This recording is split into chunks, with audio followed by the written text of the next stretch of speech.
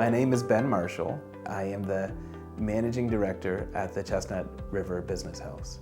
I really like getting involved into projects where you can almost smell from the beginning of the project that there's something great sitting there. We have so many different stakeholders. We often forget about the investor. This is not money that just comes from trust funds. This is money that people have saved aside and said, I want to be able to invest this in a good deal, a good investment.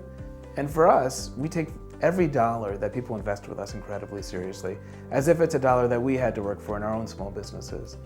They're in it for the ride because they're trusting us. So we have to reward that trust with protecting them to make sure that no matter what happens, they get their money out first, and we give them as close to a guaranteed return as we can.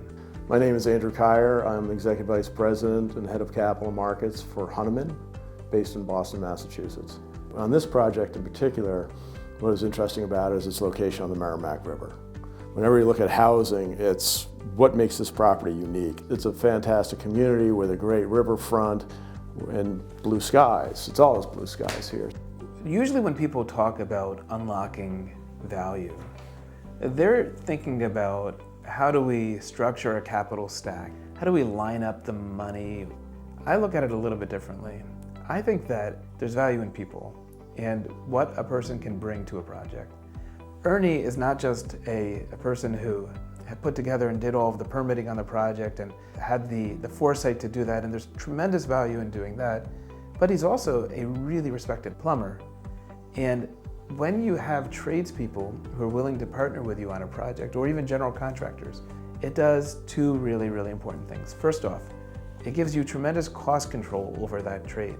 When your partner is working on the project, they're looking out for the bottom line. They're looking out for the last dollar.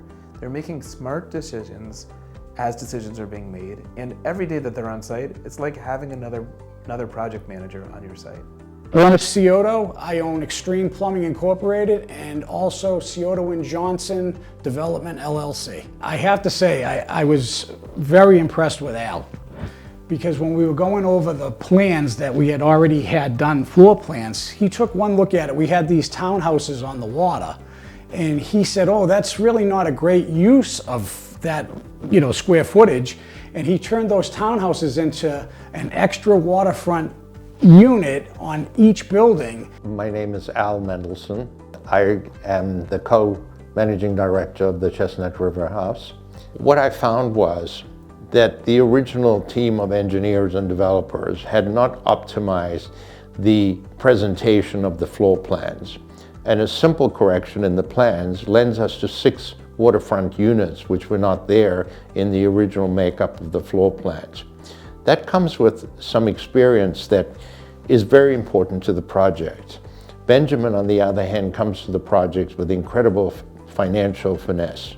He looks at the numbers, he's able to see with my input what we need for budgets and how best to structure the transactions to lead to positive returns for the investor. So it makes for a magnificent team between the two of us. I can do all the field studies, I can be totally comfortable with the financials, but Benjamin is the student of doing the actual fiscal presentations. Having done this now for 30 years, it really comes down to the people. I'm fortunate enough in my career that I have the opportunity to work with people that I enjoy being around, and people that are honest, have integrity, and are really creative and thoughtful about how they look at projects. And I think that's what we have here in this team. By having the right partners, having good decision makers, having incentives aligned, then you reduce your liability, you reduce your risk, and you improve your results.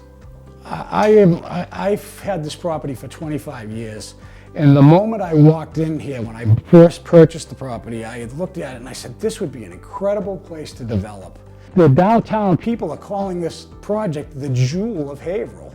And I honestly, I just see a whole reunified area here that's just, it's going to be functional for everybody in the community. I think that all of the projects we approach at the moment have some unique challenges. And this just continues something that's always been part of my career, which is to work within challenges which I find much more interesting than simple projects where it's just another cookie cutter arrangement. It's been pretty much the story of my career. Has been focusing on really problematic assets, properties that need a creative idea or twist to build off of the existing real estate. If you're an investor and you're trying to squeeze out the last dollar for a project, this isn't that project. We're not those guys. If you're somebody who cares about communities, you care about great buildings, great spaces for people to live, squeezing out small units for a few extra dollars in rental fees doesn't do it for us. We want the families, the people who are living in the communities that we're building, to be able to have the sort of families and the sort of experiences that we've had throughout our life. To me, I choose to be with the people that I want to be with, the people that have the integrity and trust to be on my team. If for any reason I see any part of the team does not fall within that category, we would move on. And we would do that for our investors as well. I'm looking forward to a fun and exciting future.